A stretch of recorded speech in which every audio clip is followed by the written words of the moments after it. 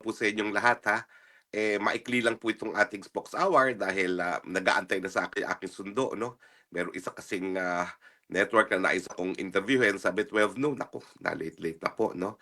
Anyway, um, nag-issue na po ng statement si VP Sara na humihiling sa ICC na kinakailangan na talagang apruban ang interim release ni Tatay Digong sa ibang bansa, hindi po yan sa Pilipinas, no?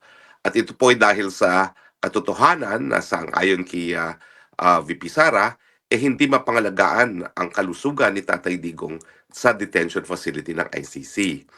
At binanggit niya yung isang okasyon kung saan nakita na walang malay si Tatay Digong at hindi maalagaan pati yung ingrown nail ni Tatay Digong. Na totoo naman, no? Kung talagang kaya nilang alagaan ang kalusugan ng isang nakadetene, dapat hindi na nadidiskubre na unconscious sa sahig ang Tatay Digong, no? At dapat siguro naiwasan yung ganong mga pangyayari. Walang sasabihin ko lang po, hindi ko po nakakausap pa si VP Sara. Hindi pa po kami nakipag-ugnayan kung pareho ang tinutukoy namin. Pero mga mahigit isang buwan ang nakalipas, nakapanayan ko po isa nagtatrabaho sa detention facility.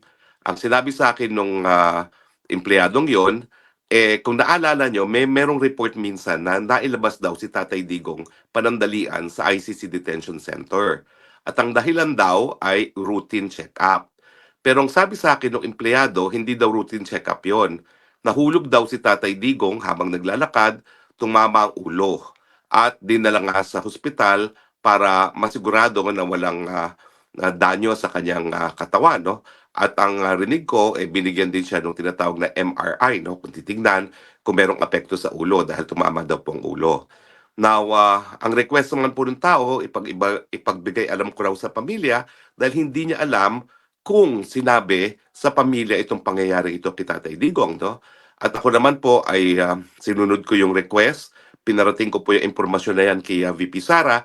Hindi ko po alam kung ito yung impormasyon na sinasabi ngayon ni VP Sara, no? Basta ako, pinarating ko sa kanya at iniwan ko na po sa kanya yan kung anong gagawin niya sa impormasyon na yan dahil alam niyo naman po, no, anything about health is covered by the right to privacy, no? So bahala na ang pamilya mag-process ng ganyang impormasyon kasi hindi ko naman alam kung talagang hindi sinabi sa kanila, no? At hindi ko naman tinanong. Basta ako sinabi ko yung impormasyon dahil yan naman yung pinangako ko dun sa informante na nagsabi sa akin. So, ulitin ko po hindi ko alam kung parehong tinutukoy naming okasyon ni BP Sara, pero may ganyang impormasyon po na pinarating sa akin na ang request ay iparating naman kay BP Sara. At bahala na po si Inday Sara, si VP Sara mag-confirm kung kapareho kaming insidenteng sinasabi, no? Pero ang malinaw po talaga, kung talaga nangyari ang insidenteng yan, talaga pong bagamat meron silang clinic dyan sa detention facility, hindi po sapat yung clinic na yan para pangalagaan nga po ang kalusugan ni Tatay Digong. In fact, gaya na aking sinabi sa aking title, mukhang banta po sa kalusugan ni Tatay Digong ang pananatili sa detention facility, no? Now, meron pang sinasabi si VP Sara na ingrown nail man lang, hindi nila maasikaso. Paano pa yung mga seryosong mga medical na pangangailangan ni Tatay Digong? Ang katotohanan po at 80 si Tatay Digong, kinakailangan na talaga ng 24-hour assistance, no? Kinakailangan na kung hindi full-time nurse, caregiver. Kasi ako naman po, nag-alaga rin ako ng mga magulang ko, ng aking tiya na matandang dalaga. Talaga naman po when they hit 80, meron akong isang midwife na talagang nag-aalaga sa kanila. One at a time lang naman po dahil hindi naman sila sabay-sabay na naging nagkakasakit at nagiging bedridden. Pero lahat po ng inalagaan ko dumaan sa punto talaga na kinakailangan ng full-time caregiver. At yan po siguro ngayon ang hinihingi ni VP Sara doon sa kanyang panawagan na kinakailangan na talagang bigyan siya ng interim release dahil sa interim release at least makakakuha sila ng full-time caregiver, nurse or midwife, pero yung susubaybay kay Tatay Digong at masisiguro na hindi naman siya matutumba at mawawalan ng malay sa sahig, no? But in any case, sana nga po pagdasal natin na matuloy na yung interim release. Ang aking paninindigan po ay wala na pong balakid para sa interim release dahil nauna nang nagsabi ang hukuman na he is unfit to stand trial. If he is already unfit to stand trial, ano pang gagawin niya sa kulungan, no? That would amount naman po to cruel and unusual punishment dahil siya ay kukulong na hindi pa napapatunayang nagkakasala.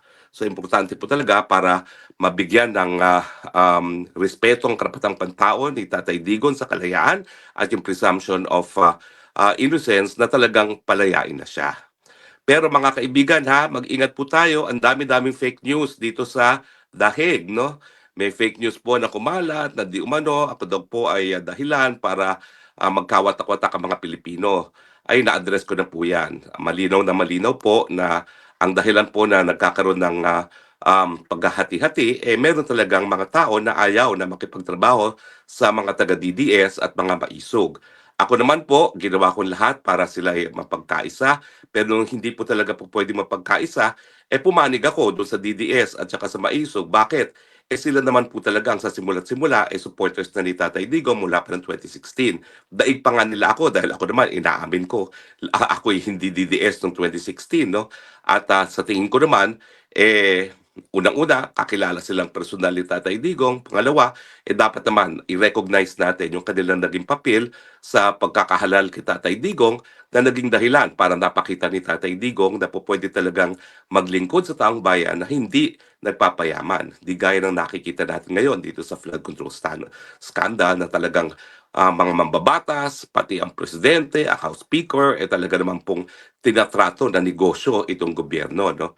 At ako naman po, kaya naman ako naging supporter ni Tatay Digong dahil nga doon sa nakita ko na katapatan niya at saka yung talagang pagiging honest ni Tatay Digong na hanggang sa huli nakatira siya sa isang bahay kalapati na aking tinatawag na ako mismo ay hindi ko kakayanin yung gano'n. No? So anyway, nagpapasalamat ako dun sa isang celebrity na nag-apologize, nag-public apology. I think that makes her really a a person to be respected, no, na umaamin sa pagkakamali. Pero siyempre medyo hilaw ata yung kanyang apology kasi inaabsulto niya yung mga ibang personalidad na nakita naman natin sa isang video na nagre-rehearse pa kung paano ipapakalat yung fake news tungkol sa akin, no. First time ko naman po nagsasalita ang tungkol sa akin sa laubin dito, no, pero hindi naman ako pa pwedeng forever manhimik, no, dahil kitang-kita naman po na bagamat inaabsulto niya ilang mga personalidad, merong rehearsal sila kung paano nila ako sisiraan sa entablado. Anyway, I leave that to you. I leave everything to God, but I appreciate the public apology, at least from the person na nagsalita sa entablado. Dami rin po itong kumakalat na fake news, ha? Napalaya na po si Tatay Digong. Wala pa pong kanyang desisyon. Lahat po ng desisyon ay pinapublish po yan sa webpage ng ICC. So kami naman po, ilang beses na po na merong mga lumalabas na balita, hindi namin ini-include sa aking Facebook page hanggang hindi lumalabas mismo sa page ng ICC kasi mahirap na pong makuryente.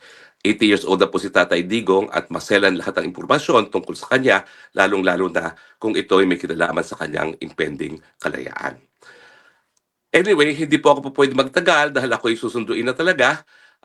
Siguro po, nagpapasalamat talaga ako sa mga sumusuporta sa atin, yung mga hindi naniniwala sa mga fake news na pinapakalat sa atin, at yung patuloy na nagtatangkilik sa ating Facebook page, sa ating mga iba pang social media outlets dahil bagamat ang dami-dami pong naninira sa atin, nandiyan pa rin ang inyong tiwala. At ako naman po ay magiging tapat sa inyong tiwala. Sinusuri ko po lahat ng aking sasabihin na ito ay pawang katotohanan lamang. Hindi po tayo perpekto, minsan nagkakamali, pero kung tayo naman po magkakamali, aaminin naman po natin yan. No? So maraming salamat po at hanggang sa muli, ito pong yung Spokes ng Bayan, Harry Roque, nagsasabing, I love you Philippines. You're the only country that I have. You're the only country that I love. Bye!